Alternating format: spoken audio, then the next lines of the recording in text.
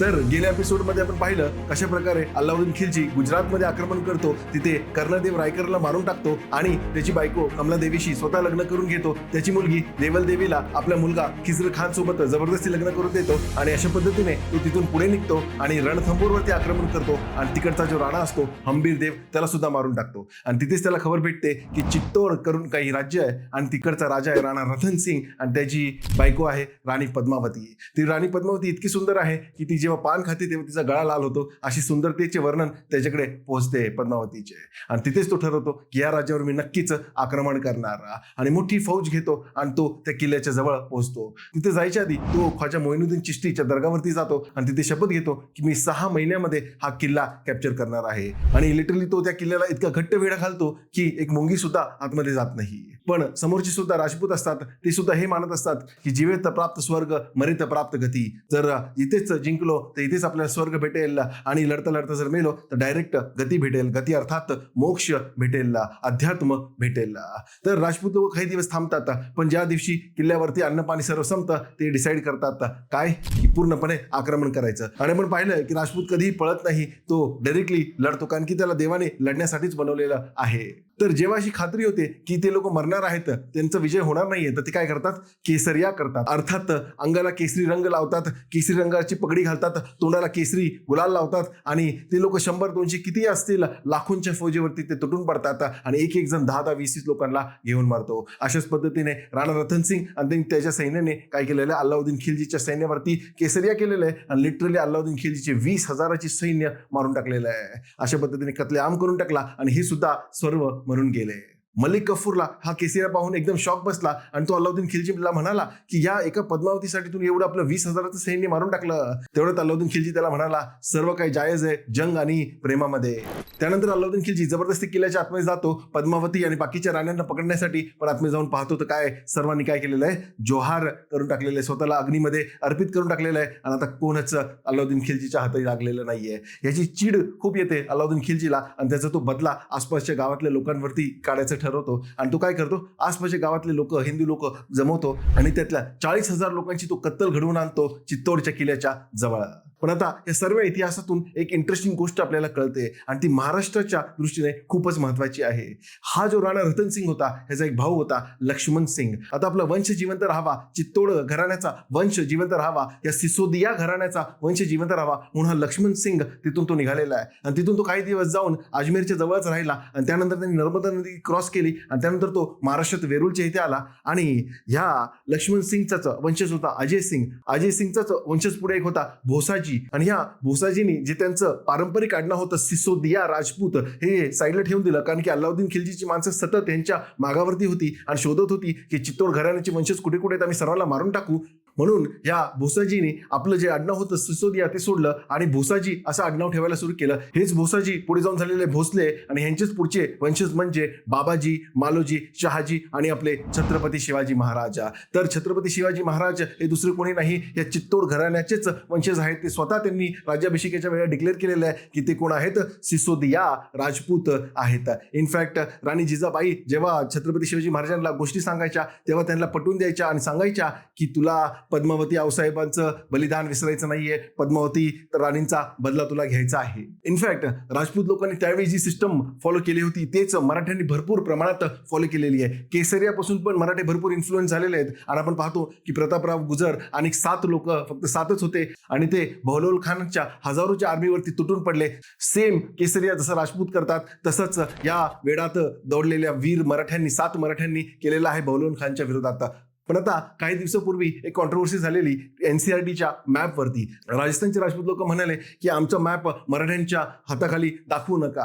हे किती विचित्र गोष्ट आहे की दोघंही विसरलेत, मराठी सुद्धा विसरलेत आणि राजपूत सुद्धा विसरलेत की त्यांचं कुळ एक आहे. छत्रपती शिवाजी महाराज स्वतः सिसोदियांचे वंशज आहेत आणि आपलं गोल, आपलं ध्येय नेहमी एकच होतं. हे सर्व विसरून गेलेलं आहे. आपला इतिहास विसरला की आपण असं आपसामध्ये भांडत राहतो आणि त्याचा फायदा बाहेरच्या दुसऱ्या लोकांना होत राहतो. एनिवेज, आता अलाउद्दीन खिलजीला पुढे काही राज्यांवर आक्रमण करायचं होतं, पण तेवढं त्याला खबर भेटते की कोण एवढं आक्रमण करते दिल्लीवरती. वरून मंगोल लोकांचं आक्रमण झालेलं आहे. तर आता अल्लाउद्दीन खिलजी परत दिल्लीच्या दिशेने निघतो आणि तिकडचे सर्व काझी कुल्लत सर्व त्याला भेटतात आणि ते म्हणतात आपण काही दिवस दिल्ली सोडून पळून जाऊया, कारण की मोंगोल लोक येऊन आक्रमण करत आहेत.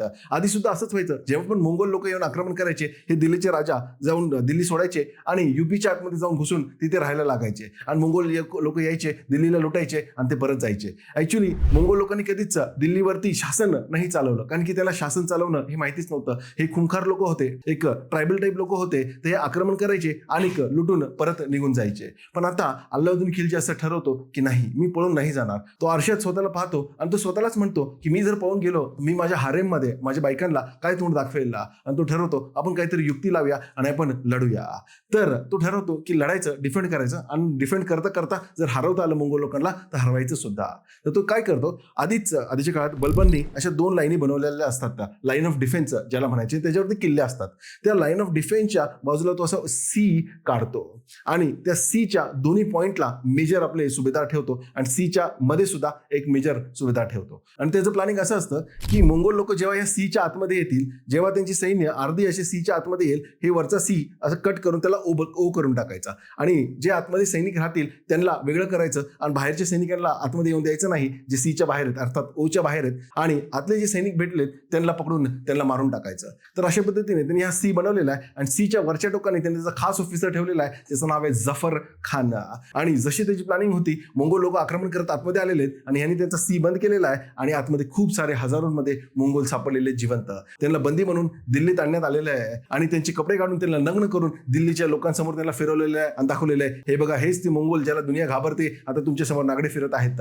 आणि त्यांचा कत्लेआम त्यांनी घडवून आणला. आधी आपण बघितलेलं जलालुद्दीन खिलजीने त्यांना राहायला एक सेपरेट सिटी दिलेली मोंगोलपुरा नावाची, जी आजही आहे, पण अल्लाउद्दीन खिलजीने असं काही रहम दाखवलेला नाहीये आणि त्यांचा कत्लेआम घडवून आणलेला आहे. अशा पद्धतीने वारंवार ह्या मोंगोल लोकांना ह्या सीच्या आतमध्ये बोलून त्यांना ओ बनवून कॅप्चर करून दिल्लीमध्ये नागडं फिरवलेलं आहे आणि त्यांचा कत्लेआम घडवलेला आहे.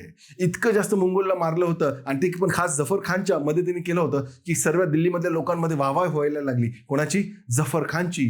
अल्लाउद्दीन खिलजीला खूप जेलसी वाटायला लागली की अरे सुलतान मी आहे, पण लोक कोणाचं नाव घेतायत? जफर खानचं नाव घेतायत. पण अल्लाउद्दीन खिलजीचं लक कदाचित खूपच छान होतं. एकदा मोंगोलांनी खूप खुखार आक्रमण केलं, जफर खाननी पण खूप मोठी आर्मी घेऊन गेलेला आहे आणि त्यांनी खूप जुमाने लढाई केलेली आहे. इथे मोंगोल पण हारले आणि त्याच लढाईत जफर खान सुद्धा मेला आणि अल्लाउद्दीन खिलजी म्हणाला साप भी मर गया लाठी भी नाही तुटी. मोंगोल पण हारले, जफर खान पण गेला, दोघेही गेले. आता त्याचं टेन्शन फ्री झालेलं आहे मोंगोलपासून. तर आता मोंगोलांचं संकट बऱ्यापैकी टळून गेलं होतं आणि हा अल्लाउद्दीन खिलजी ठरवतो की मी आता परत एक्सपेन्शनचा विचार करेल. ऑलरेडी गुजरात राजस्थान वरती त्यांनी कब्जा मिळवलेला आहे आणि आता तो दख्खनकडे विचार करत होता. ऑलरेडी खूप आधी त्यांनी कुणाला हरवलेलं होतं? रामचंद्रदेव यादवला हरवलेलं होतं. आता तो ठरवतो की ह्याला आपण काहीतरी परत त्रास देऊया आणि ऍक्च्युली त्याला जर दख्खनवरती आक्रमण करायचं तर त्याला एक बेस हवा होता कुठला तरी. त्यांनी एक मोठी प्लॅनिंग केली की रामचंद्रदेव यादवला कसं बसं आपल्या कंट्रोलमध्ये आणायचं आणि त्याचा जो देवगिरी किल्ला आहे त्यालाच आपण आपलं बेस बनवूया. तो रामचंद्रदेव यादवला दिल्लीला बोलवतो, त्याला एक पदवी देतो रायन आणि त्याला डिनरला बसवतो आणि डिनरवर बसल्या बसल्या त्याच्यासोबत गप्पा मारतो की कोण आहे तुझ्या घरी, काय चाललंय. तर तो म्हणतो की मला 2 मुलं आहेत, एक मुलगा एक मुलगी आहे. मुलाचं नाव सिंहन किंवा शंकरदेव आहे आणि मुलीचं नाव चित्रबक्षी आहे. जसं तो नाव चित्रबक्षी ऐकतो अल्लाउद्दीन खिलजीच्या डोक्यामध्ये प्लॅन चालू होतो. तो त्याला म्हणतो की अरे मला तुझ्या मुलगीवर लग्न करायचं आहे. रामचंद्रदेव यादवची इच्छा नसते आपली मुलगी त्याला द्यायची, पण अल्लाउद्दीन खिलजी वेगळ्या प्रकारे त्याला प्रेशराईज करतो आणि सांगतो की जर तू तुझ्या मुलीचं लग्न माझ्यासोबत केलं नाही तर मी डायरेक्टली आक्रमण करेल आणि तुझं पूर्ण किंगडम यादवांचा वंश मी नष्ट करून टाकेल. जबरदस्ती फोर्सफुली रामचंद्रदेव यादवकडे दुसरा कुठला ऑप्शन नसतो आणि जबरदस्ती आपली मुलगी चित्रबक्षी जी महाराष्ट्राची मुलगी आहे तिचं लग्न अल्लाउद्दीन खिलजी बरोबर करावं लागतं. एकदा राज ठाकरे सुद्धा आपल्या भाषणात म्हणाला होता की चित्रबक्षीचं लग्न जबरदस्ती अल्लाउद्दीन खिलजी बरोबर करून दिलं आणि महाराष्ट्राची मुलगी एक दिल्लीला जबरदस्ती नेली. ऍक्च्युली महाराष्ट्रातल्या लोकांना हा इतिहासच जास्त माहित नाही, तर ह्या भाषणावर पुढे लोकांनी संशोधन सुद्धा केलं नाही आणि लोकांना माहितीच नाही चित्रबक्षी कोण आणि अल्लाउद्दीन खिलजी कोण. इतके आपण मागासलेले आहोत आपल्या इतिहासाच्या बाबतीत. एनिवेज, तर अशा पद्धतीने ह्या महाराष्ट्राच्या मुलीचं चित्रबक्षीचं लग्न करून दिलेलं आहे कोणासोबत? अल्लाउद्दीन खिलजी सोबत. आणि ह्या मुलीला जबरदस्ती दिल्लीला जावं लागलेलं आहे. तिथे खिलजींचा अत्याचार त्या बिचारीला सहन करावा लागलेला आहे आणि जबरदस्तीने तिला एक मुलगा सुद्धा झालेला आहे ज्याचं नाव उमर ठेवण्यात आलेलं आहे. पण आता अशा पद्धतीने अल्लाउद्दीन खिलजी जबरदस्तीने या यादव घराण्याला कंट्रोल करायला सुरू करतो आणि देवगिरी या किल्ल्याला कंट्रोल करतो, ज्याचंच पुढे नाव दौलताबाद झालं. तर देवगिरीच्या किल्ल्याला हा कंट्रोल करतो, तिथे बेस बनवतो आणि मलिक कफूरला मोठ्या आर्मीसोबत तिथे पाठवतो आणि सांगतो आजूबाजूच्या राज्यांना तू कंट्रोल करायला सुरू करा. तर तिथून तो ठरवतो की ईस्टर्न दख्खनमध्ये म्हणजे आजच्या आंध्र प्रदेशच्या एरियामध्ये तिकडे एक घराणं असतं ककाटियांचं घराणं आणि त्याचा मेन राजा असतो प्रताप रुद्रदेव ककाटिया. हा प्रताप रुद्रदेव ककाटिया खूप चांगला राजा असतो आणि तिथे तो धर्माचं चांगलं काम करत असतो, संस्कृत भाषेवरती जोर देत असतो आणि खूप सारे युनिव्हर्सिटी सुद्धा त्यांनी तिथे चालू केलेल्या असतात. इनफॅक्ट आज पण तिथे ककाटिया युनिव्हर्सिटी नावाची एक युनिव्हर्सिटी आंध्र प्रदेशमध्ये खूप फेमस आहे. एनिवेज, तर हा मलिक कफूर त्याला लेटर पाठवतो की तू इकडे ये मला भेटायला, नाही तर मी तुझ्यावर डायरेक्टली आक्रमण करेल. तर हा प्रताप रुद्रदेव ककाटिया थोडा घाबरतो आणि काय करतो, स्वतःचा एक सोन्याचा मोठा पुतळा बनवतो. त्या पुतळ्याला हातात बेड्या सोन्याच्या घातलेल्या असतात आणि असा पुतळा तो मलिक कफूरला गिफ्ट म्हणून पाठवतो आणि सांगतो की हाई घे माझ्याकडून तुला खंडणी आणि मला आता तू त्रास देऊ नको. मलिक कफूर म्हणतो नाही नाही असं नाही चालणार, पुतळा तर तो ठेवतोच, मला पुतळा तर राहू दे, तू स्वतः तुला यावं लागेल, माझ्यासमोर नतमस्तक व्हावं लागेल आणि मला भेटून अजून तुझ्याकडे काय काय ते सर्व सांगावं लागेल. आणि सर्वात महत्वाचं तुझ्याकडे एक गोष्ट आहे ती घेऊन ये. आणि ती गोष्ट कुठली होती? ती गोष्ट होती कोहिनूर हिरा.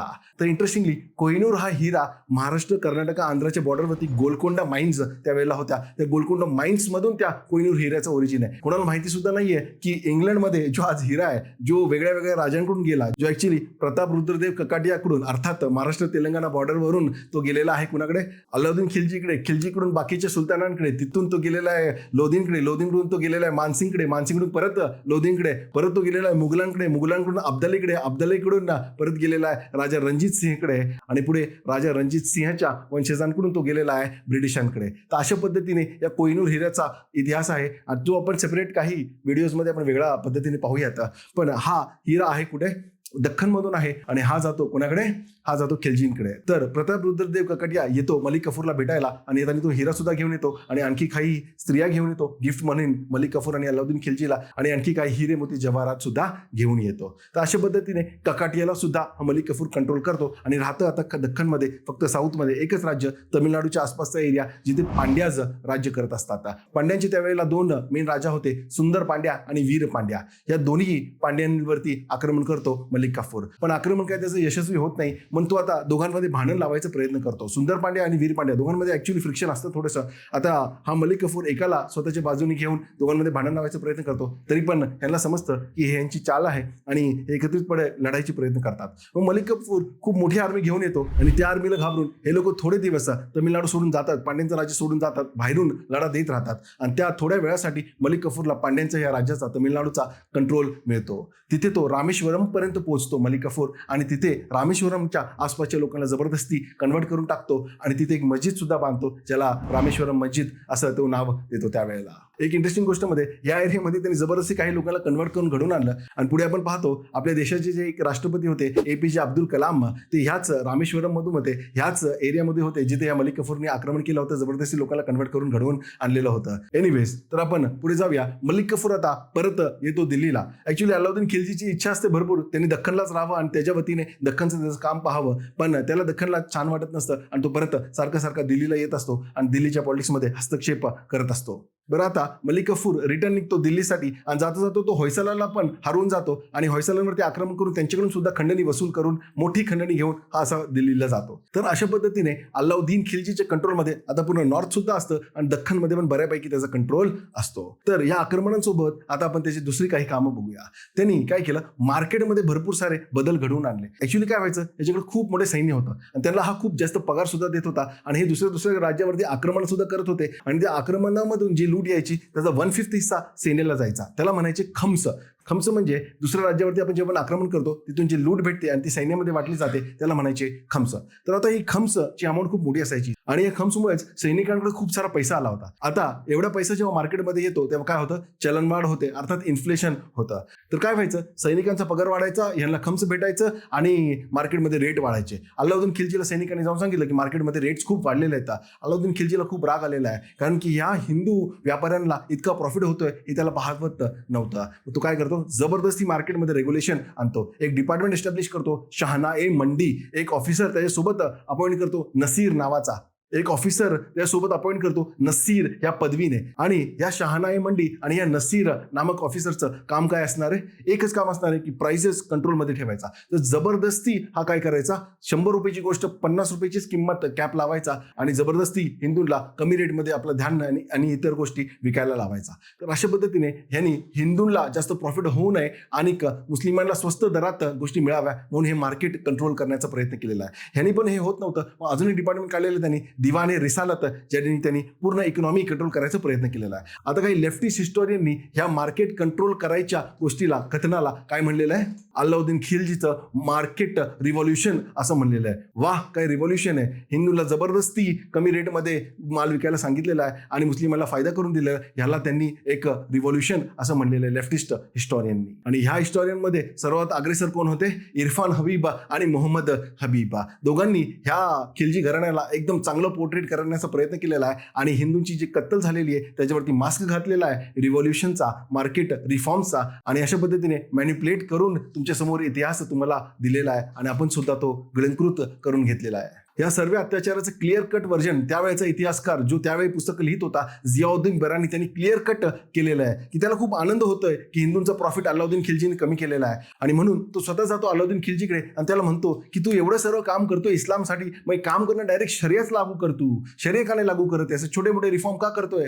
तर तेवढ्यात अल्लाउद्दीन खिलजी त्याला रिप्लाय देतो की आता आपण मेजॉरिटीमध्ये नाहीये, आता आपण मायनॉरिटीमध्ये आहे, सध्या जेवढं करता येईल तेवढं करतोय, पण पूर्णपणे मी शरिया लागू करू शकत नाही. तर यावरती जियाउद्दीन बरानीला खूप राग येतो की तू अल्लाहच्या ऑर्डर्सवरती नाही चालत आहे, तू फतवाय अल्लाहवरती नाही चालत आहे, तू फतवाय दीनदारीवरती नाही चालत आहे आणि तू चालतोय फतवाय जहानदारीवरती. जसं तुला मन वाटतंय, जशी सिच्युएशन आहे त्याच्या अनुसार चालतोय आणि त्याला म्हणतात फतवाय जहानदारी. जगाच्या सिच्युएशनच्या अनुसार चालणे आणि अल्लाहच्या सिच्युएशनच्या अनुसार, अल्लाहच्या म्हणण्याच्या अनुसार नाही चालणे. अल्लाउद्दीन खिलजीवरती टीका म्हणून त्याच्यावरती एक पुस्तक लिहितो फतवाय जहानदारी, जे आज इतिहासकाराचं एक प्रमुख सोर्स आहे आणि त्यातून आपल्याला भरपूर इतिहास अल्लाउद्दीन खिलजीच्या काळातला पाहायला मिळतो, जो मी तुमच्या समोर ठेवलेला आहे. एवढंच नाही, त्यावेळेचा जो कोर्ट कवी होता आमिर खुसरो, त्यांनी सुद्धा या गोष्टीचं डीप वर्णन केलेलं आहे आणि हे पण म्हणलेलं आहे की त्यावेळी राज्यात खूप गरिबी होते, सैनिक आणि राजा घराणं हेच फक्त प्रॉफिटमध्ये होते, बाकी शेतकरी वर्ग, कामगार वर्ग हे खूप त्रसलेला होता. तो एक कवितात्मक पद्धतीने वर्णन करतो की राज्याची तिजोरी, सुलतानची तिजोरी पूर्णपणे भरलेली आहे मोत्यांनी, पण त्यातला प्रत्येक मोती हा गरिबांच्या अश्रूंनी भरलेला आहे. असो, आता अल्लाउद्दीन खिलजीने काही कन्स्ट्रक्शनची कामं सुद्धा केलेली आहे, ती सुद्धा पाहूयात. त्याने हौजे इलाई असा एक टँक बांधलेला आहे, त्या टँकमध्ये यमुना नदीचं पाणी यायचं आणि तिथूनच तो पुढे दिल्लीला सप्लाय व्हायचं. त्याने जन्नते खाना नावाची एक मस्जिद बांधलेली आहे आणि ती मस्जिद खूपच फेमस आहे. त्याच्या जवळच त्यांनी अलाई दरवाजा करून असा एक दरवाजा बांधलेला आहे आणि त्याच्यावरती हिरो मोती लावलेले आहेत आणि ह्याला इस्लामच्या आर्किटेक्चरचं ज्वेल असं म्हणतात. अर्थात खूप छान दरवाजा आहे असं इस्लामिक हिस्टोरियनचं म्हणणं आहे. पुढे आता अल्लाउद्दीन खिलजी दिवसभर खूप काम करत होता, एवढं वय झालं होतं तरी पण दिवसातून तो 17-18 तास काम करत असायचा, कारण की इतका सर्व एरिया त्याच्या कंट्रोलमध्ये आला होता. सर्वीकडची खबर त्याला ठेवायची होती आणि सर्वीकडे नियंत्रण त्याला ठेवायचं होतं आणि ह्या सर्वांमध्ये त्याला मदत करत होता मलिक कफूर. पण हा मलिक कफूर एक इंटरेस्टिंग पर्सन आहे. ह्यांनी काय केलं, ह्या अल्लाउद्दीन खिलजीला ह्यांनी स्लो पॉइझन द्यायला सुरू केलं आणि हळूहळू अल्लाउद्दीन खिलजीची मानसिक परिस्थिती बिघडायला लागली. त्याला विसरण्याचा आजार सुद्धा होऊ लागला आणि तो टोटल डिपेंड झालेला आहे आता मलिक कफूरवरती. मलिक कफूर हळूहळू त्याला भडकवतो त्याच्याच रिलेटिव्ह विरोधात आणि त्याचेच ते रिलेटिव्ह आहेत कमला देवी, त्याचा मुलगा खिज्र खान, या सर्वांना अरेस्ट करायला सांगतो. एक एक करून कमला देवीला अरेस्ट करतात, खिज्र खानला अरेस्ट करतात, त्याचा दुसरा मुलगा असतो मुबारक शाह खिलजी, त्याला सुद्धा अरेस्ट करून टाकतात आणि जेलमध्ये बंद करून टाकतात. आणि फायनली 1326 मलिक कफूरने दिलेल्या स्लो पॉइझनमुळे आणि म्हातारपणीमुळे अल्लाउद्दीन खिलजीचा मृत्यू होऊन जातो. जसा त्याचा मृत्यू होतो, सर्व पॉवर कंट्रोल करण्याचा प्रयत्न करतोय मलिक कफूर. तो ही पॉवर कंट्रोल करण्यासाठी काय करतो, जबरदस्ती चित्रपक्षी सोबत लग्न सुद्धा करतो. आता दिल्लीतल्या लोकांना खूप राग येतो की ह्याने चित्रपक्षी सोबत लग्न का केलं, हा तर हिजडा आहे. पण मलिक कफूर आर्मीच्या जोरावरती या सर्व विरोधाला कंट्रोल करून ठेवतो आणि चित्रपक्षीचा आणि अल्लाउद्दीन खिलजीचा जो मुलगा असतो उमर, त्याला आपल्या मांडीवरती बसवतो आणि त्याच्या वतीने स्वतः राज्य करायला सुरू करतो. तर बघा, आपल्या महाराष्ट्राची मुलगी चित्रपक्षी हिचे काय हाल झालेत की तिला अत्याचार सहन करावा लागलेला आहे. असो, महाराष्ट्रातल्या लोकांनाच हा इतिहास माहिती नाही, तर आपण काय करू शकतो. तर पुढे मलिक कफूर जबरदस्ती आता हे चित्रपक्षी बरोबर लग्न करून पुढे राज्य करतोय आणि तो हळूहळू ऑर्डर्स पास करतो की कमला देवीला मारून टाका, अल्लाउद्दीन खिलजीच्या बाकीच्या रिलेटिव्हला मारून टाका, त्याचे खास ऑफिसर होते नुसरत खान वगैरे त्यांना सुद्धा मारून टाका आणि अल्लाउद्दीन खिलजीचा जो मुलगा होता खिज्र खान त्याला सुद्धा मारून टाकलेलं आहे. आणि पुढे मुबारक शाह खिलजीला मारायची सुद्धा ऑर्डर तो पास करून टाकतो. सैनिक जातात मुबारक शाह खिलजीला जेलमध्ये मारण्यासाठी, पण हा मुबारक शाह खिलजी या सैनिकांशी थोडंसं डिस्कशन करतो यांना थोडं हिप्नोटाईज करतो आणि त्याला सांगतो की मी अल्लाउद्दीन खिल्जीचा मुलगा आहे, आपण सर्वांनी मिळून या मलिक कफूरलाच मारून टाकलं पाहिजे. आणि एक दिवस मलिक कफूर झोपलेला होता तेव्हा हा मुबारक खान खिल्जी आणि बाकीचे काही सोल्जर जातात आणि याला रात्रीचेच खंजरनी खुपसून त्याला मारून टाकतात. आणि अशा पद्धतीने मलिक कफूरचा टॉपिक होऊन जातो ओव्हर आणि नवीन खिल्जींचा सुलतान बनतो मुबारक शाह खिल्जी. मुबारक शाह खिल्जी एकदम शौकीन माणूस असतो, तो सुद्धा राज्य करायला सुरू करतो. पण जसा त्याचा वडील शौकीन होता गुलामांचा आणि बायसेक्शुअल होता, हा सुद्धा सेम तसाच होता. याचा सुद्धा एक हिजडा गुलाम होता खुसरो करून, त्याच्याबरोबर ह्याचे संबंध होते आणि टोटली हा डिपेंडेंट होतो ह्या खुसरोवरती. आणि खुसरो त्याला स्लो पॉइझन द्यायला सुरू करतो आणि खुसरो त्याचा माइंड मॅन्युप्युलेट करायला सुरू करतो आणि दिल्लीचा कारभार पूर्ण ठप्प होऊन जातो. वरून मंगोलांचं सारखं आक्रमण होतच राहतं आणि खाली राजपूत लोक सुद्धा आता दिल्लीवरती आक्रमण करायला लागतात. अशा वेळेला कोणतरी हवं होतं ज्यांनी येऊन दिल्लीचं काम नीट सांभाळावं. आणि अशा पद्धतीने हे 40 इक्तेदार जे होते त्याच्यामधला एक इक्तेदार पुढे येतो आणि तो असतो घियासुद्दीन तुगलक. तो येतो दिल्लीमध्ये आपल्या सैनिकांसोबत या मुबारक शाह खिल्जी आणि त्याचा जो गुलाम असतो खुसरो, दोघांनाही मारून टाकतो आणि गादी स्वतःच्या हातात घेतो. आणि इथून सुरू होतं तुगलक घराणं, ज्याचा मेन पहिला राजा असतो घियासुद्दीन तुगलक. आणि इथून पुढे तुगलक घराण्याची गोष्ट आपण पाहूया आणि इथून पुढे तुगलक घराण्याचा इतिहास आपण पाहूया पुढच्या एपिसोडमध्ये. धन्यवाद.